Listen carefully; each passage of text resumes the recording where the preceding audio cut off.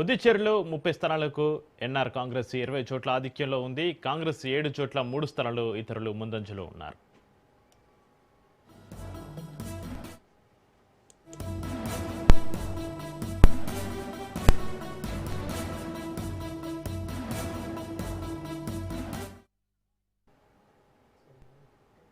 యావత్ భారతవని ఉత్కంఠకు ఎదురు చూస్తున్న 5 రాష్ట్రాల ఎన్నికల ఫలితాలు వెలువడుతున్నాయి. పెద్ద రాష్ట్రాల ఓటర్లు మార్పును కోరుకుంటున్నారు. చిన్న రాష్ట్రాల అభివృద్ధికి పట్టం కట్టారు. దీంతో 3 రాష్ట్రాల్లో ఎన్డీఏ కూటమి, ఒక రాష్ట్రంలో కాంగ్రెస్, మరో రాష్ట్రంలో టీవీకి ముందంజలో కొనసాగుతున్నాయి. ఎంజీఆర్, ఎన్టీఆర్ మాదిరిగానే ప్రభంజనం సృష్టించారు దళపతి విజయ్. తొలి ఎన్నికల్లోనే సీఎం సీటు దక్కించుకుంటున్నారు విజయ్. ఎగ్జిట్ పోల్స్ అంచనాలను తలకిందులు చేస్తూ తమిళనాడులో విజయ్ నేతృత్వంలోని టీవీకే పార్టీ హవా కొనసాగిస్తుంది. ఇక డీఎంకే అన్న డీఎంకేను దాటి ఆధిక్యంలో కొనసాగుతుంది. ఇక పశ్చిమ బెంగాల్లో తృణమూల్ కాంగ్రెస్ కు గట్టి షాక్ ఇస్తూ బీజేపీ దూసుకెళ్తుంది. కేరళలో ఈడీఎఫ్ కూటమి ఆధిక్యంలో కొనసాగుతుంది. పుదుచ్చేరి, అసోంలో కమలదళం విద్యుద్దుందుబి మోగించింది.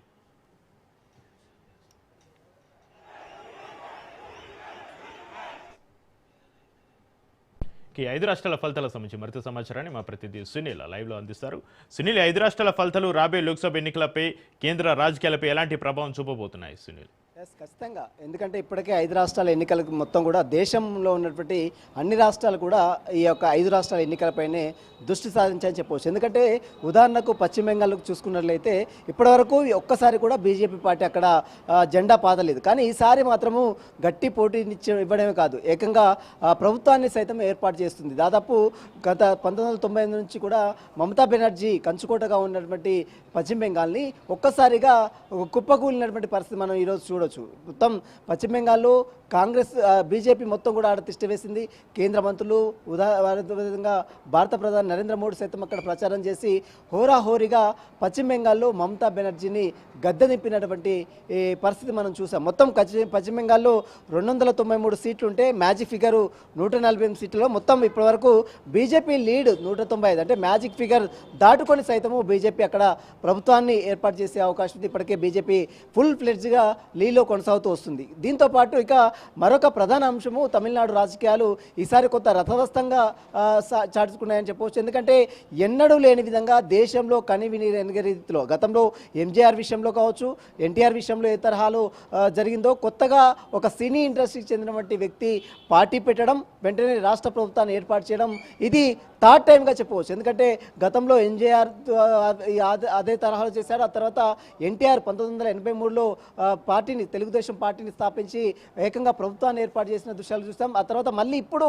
టీవీకే అధ్యక్షుడు విజయ్ సైతము సింగిల్, అంటే ఏకపక్షంగా, అంటే ఒకే ఒక్క వ్యక్తిగా ఏ పార్టీతో పొత్తు పెట్టుకోకుండా ఒక పార్టీని ఏర్పాటు చేయడం కాకుండా ఏకంగా రాష్ట్ర ప్రభుత్వాన్ని కూడా ఏర్పాటు చేస్తూ ఉన్నాడు. ఇప్పటివరకు వచ్చినటువంటి ఫలితాలతో 107, అంటే మ్యాజిక్ ఫిగర్ దాటుకొని మరి కాసేపులోనే మ్యాజిక్ ఫిగర్ 118, మొత్తం సీట్లు 134 ఉంటే మ్యాజిక్ ఫిగర్ 118. కాబట్టి ఇప్పటివరకు 107 స్థానాల్లో అతను లీడింగ్ కొనసాగుతూ వస్తున్నారు. అందులో డిఎంకే సెకండ్ ప్లేసెస్లో ఉంది 73, ఏడీఎంకే 54 ప్లేసెస్తో థర్డ్ ప్లేస్లో ఉంది. దీంతోపాటు ఇక కేరళలో ఈసారి చూసుకున్నట్లయితే 2 సార్లు వరుసగా కమ్యూనిస్ట్ పార్టీ, అంటే పినరయ్ విజయన్ వరుసగా 2 సార్లు ముఖ్యమంత్రిగా ఉన్నారు, 2 సార్లు రాష్ట్ర ప్రభుత్వాన్ని ఏర్పాటు చేస్తారు. కానీ మూడోసారి మాత్రం అక్కడ ప్రజలు మాత్రం అవకాశం ఇవ్వలేదు. ఎందుకంటే అక్కడ ఎడ్యుకేటెడ్ పీపుల్ ఉంటున్నారు, అందరూ కూడా అక్షరాస్యత ఫుల్ ఫ్లెడ్జ్గా కేరళలో ఉంటుంది. కాబట్టి అక్కడ ఉన్నటువంటి ఫలితాలు, అక్కడ ఉన్నటువంటి పథకాలకు సంబంధించిన అంశాలు, అక్కడ ఉన్నటువంటి కొంత ఆరోపణలు, గోల్డ్కి సంబంధించిన ఆరోపణలు, అదేవిధంగా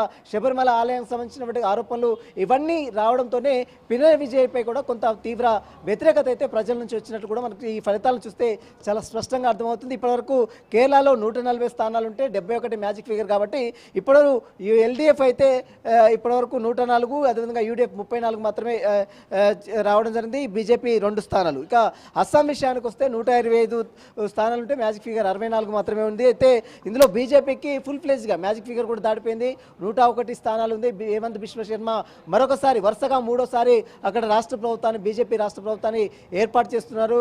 ఇక పుదుచ్చేరిలో 30 స్థానాల్లో బీజేపీ లీడ్లో ఉంది, 20 స్థానాలు ఎన్డీఏ కూటమి అక్కడ ఫుల్ ఫ్లెడ్జ్గా లీడ్లో కొనసాగుతూ వస్తుంది. మొత్తం మీద కేరళ, తమిళనాడు, అదేవిధంగా పుదుచ్చేరి, అదేవిధంగా అస్సాం, అదేవిధంగా పశ్చిమ బెంగాల్, ఈ రాష్ట్రాల్లో కూడా ఇంకా కౌంటింగ్ అయితే జరుగుతుంది. కొంత లీడ్ విషయాలకు వస్తే కొంత అధికార పార్టీకి అయితే ఇప్పుడున్నటువంటి దాంట్లో పశ్చిమ బెంగాల్ విషయానికి వస్తే మమతా బెనర్జీకి మొత్తం కూడా పూర్తిగా డౌన్ అయిన పరిస్థితి చూడొచ్చు. కేరళలో కమ్యూనిస్ట్ పార్టీకి అంటే మొత్తం కూడా పూర్తిగా డౌన్ అయినటువంటి పరిస్థితి కనబడుతుంది. తమిళనాడులో డిఎంకే కూడా పూర్తిగా డౌన్ అయిన పరిస్థితి కనబడుతుంది.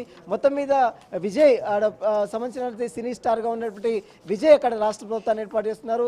దీంతో పాటు పశ్చిమ బెంగాల్లో ఏ తరహాలో అయితే బీజేపీ పార్టీ ఆడ పూర్తిగా ఫుల్ ఫ్లెడ్జ్గా పనిచేసిందో రాబోయే ఎన్నికల్లో కూడా ఈ ఫలితాలు అనేది ఇతర రాష్ట్రాల మీద తీవ్ర ప్రభావం పడే అవకాశం ఉంది. ముఖ్యంగా తెలంగాణ రాష్ట్రంలో కూడా ఈసారి బీజేపీ ఎలాగైనా ఇక్కడ పట్టు సాధించాలనేటువంటి దృఢ నిశ్చయంతో ఉంది. ఈసారి ఎలాగైనా ఇప్పటివరకు పశ్చిమ బెంగాల్ అదేవిధంగా మిగిలినటువంటి స్థానాలు మొత్తం మీద కన్నేసి సాధించుకున్నటువంటి బీజేపీ పార్టీ రాబోయే ఎన్నికల్లో ఈసారి తెలంగాణ రాష్ట్రంలో బీజేపీ జెండా ఎగిరేయాలనేటువంటి ధీమాతో ఉన్నట్లు కూడా తెలుస్తుంది. ఈ యొక్క 5 రాష్ట్రాల ఎన్నికలు మిగిలినటువంటి అన్ని రాష్ట్రాల్లో రాబోయేటువంటి లోక్సభ కావచ్చు, రాబోయేటువంటి అసెంబ్లీ ఎన్నికల్లో కూడా తీవ్ర ప్రభావం పడే అవకాశం అయితే ఖచ్చితంగా కనబడుతూ చెప్పవచ్చు.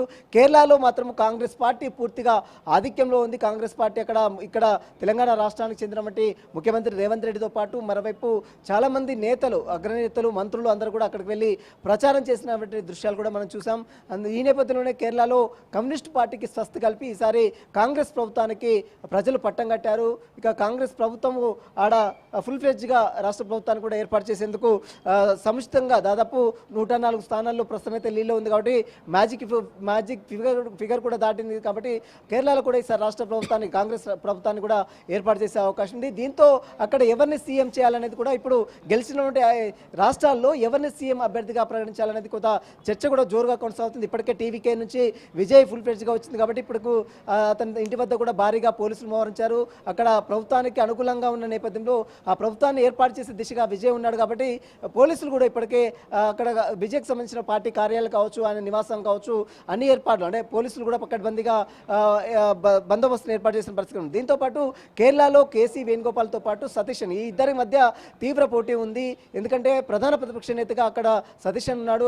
దీంతో పాటు కేసీ వేణుగోపాల్కి ఏఐసిసి జనరల్ సెక్రటరీగా ఉన్నారు. కాబట్టి ప్రస్తుతం ఎంపీగా ఉన్నాడు. కాబట్టి అతనికి ఎక్కువగా అంటే ఇక్కడ ముఖ్యమంత్రి రేవంత్ రెడ్డితో పాటు ఏఐసిసి కూడా అతని వెంట ఉంది. కాబట్టి మరి అతనికి ఇస్తే మరి సతీషన్కి ఏ రకంగా దాన్ని ఫుల్ఫిల్ చేస్తారు, ఏ రకంగా మరి తెలంగాణ రాష్ట్రంలో అది కానీ డిప్యూటీ సీఎంగా ఏమైనా అవకాశం ఇస్తారా, లేదా దానికి ఒప్పుకుంటాడా లేదా అనేది కూడా ఒక చర్చ అయితే కేరళలో